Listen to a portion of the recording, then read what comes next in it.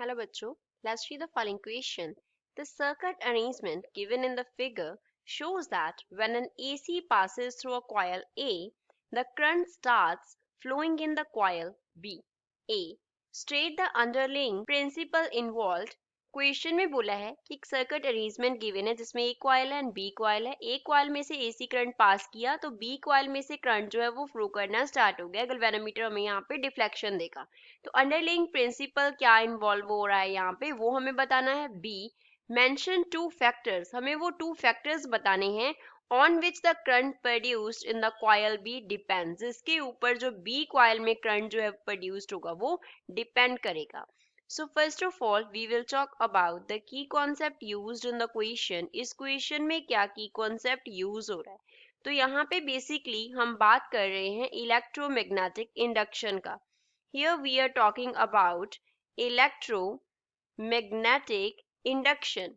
Electromagnetic induction क्या होता है हमारे पास? ये हमें बताता है कि changing magnetic fields होगा अगर हमारे पास changing मैग्नेटिक फील्ड होगा तो उसकी वजह से क्या इंड्यूस हो जाएगा, करंट जो है वो इंड्यूस होगा। चेंजिंग मैग्नेटिक फील्ड्स करंट को इंड्यूस करेगा। अब वो कैसे होगा उसको हम अंडरस्टैंड करते हैं। तो उसके लिए यहाँ पे हमने ये कॉयल ए कॉयल कंसिडर कर लिया और इस तरीके से यहाँ पे हमने क्या लगा दिया, एसी सोर्स अटैच कर दिया। तो ये ए कॉयल है। अब एक कॉइल में से आई करंट पास किया, अब यहाँ से आई करंट पास करेगा तो जब करंट पास करता है वो क्या प्रोड्यूस करता है, मैग्नेटिक फील्ड्स प्रोड्यूस करता है। करंट के अराउंड क्या होता है, मैग्नेटिक फील्ड होता है। अब जैसे जैसे जो करंट है वो राइज करेगा मैग्नेटिक फील्ड चेंज करेगा। करंट का वैल्यू जैसे जैसे राइज करेगा मैग्नेटिक फील्ड क्या करेगा, चेंज करेगा। और चेंज इन मैग्नेटिक फील्ड्स को हम कैसे रिप्रेजेंट करेंगे, by d phi upon d t लिख के।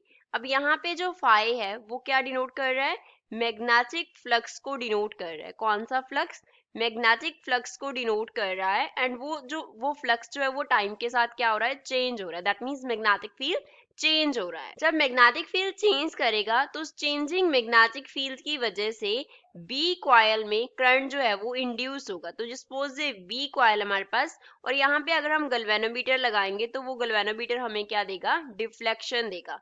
इस प्लेस पे हमने क्या लगा दिया, गैल्वेनोमीटर लगा दिया। अब मैग्नेटिक फील्ड चेंज किया, फ्लक्स चेंज किया मैग्नेटिक फ्लक्स, तो उसकी वजह से बी कॉयल में जो करंट है वो क्या करेगा, फ्लो करेगा। तो अब यहाँ पे जो प्रिंसिपल है वो क्या है, here the principle involved is Faraday's law of electromagnetic induction. Faraday's law electromagnetic induction का यहाँ पे क्या हो रहा है, इन्वॉल्व हो रहा है।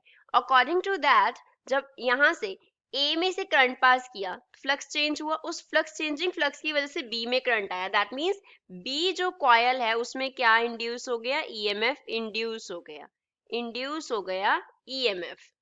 सपोज उसको हमने ई से डिनोट किया तो जो ई होगा वो इक्वल होगा कि इसके minus d phi upon d t के।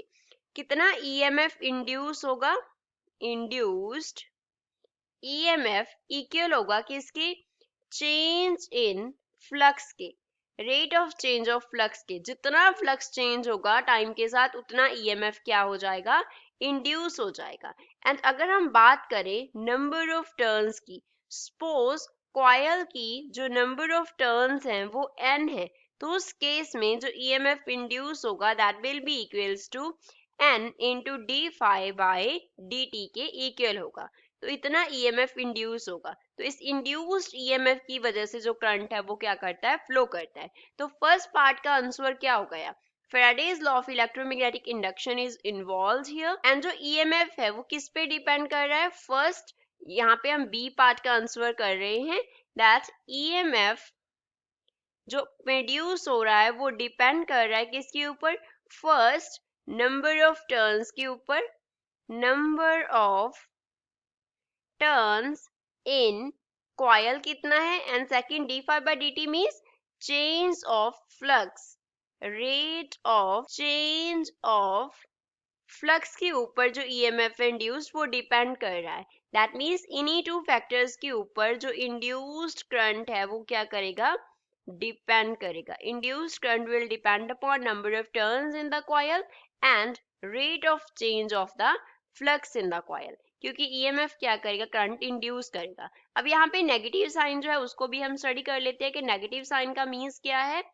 हमने यहाँ पे जो स्टेटमेंट लिखा, जो फॉर्मूला लिखा, उसमें नेगेटिव साइन यूज किया। नेगेटिव साइन क्या क्या हमारे पास रिप्रेजेंट कर रहा है कि जो इंड्यूस्ड ईएमएफ है वो क्या करेगा, अपोज करेगा उस कॉज को, जो कॉज उसे क्या कर रहा है, जनरेट कर रहा है। जो कॉज उसे जनरेट कर रहा है उस कॉज को ईएमएफ जो इंड्यूस हो रहा है वो अपोज करेगा। So this is final answer for the given question. I hope you understood it well. Thanks.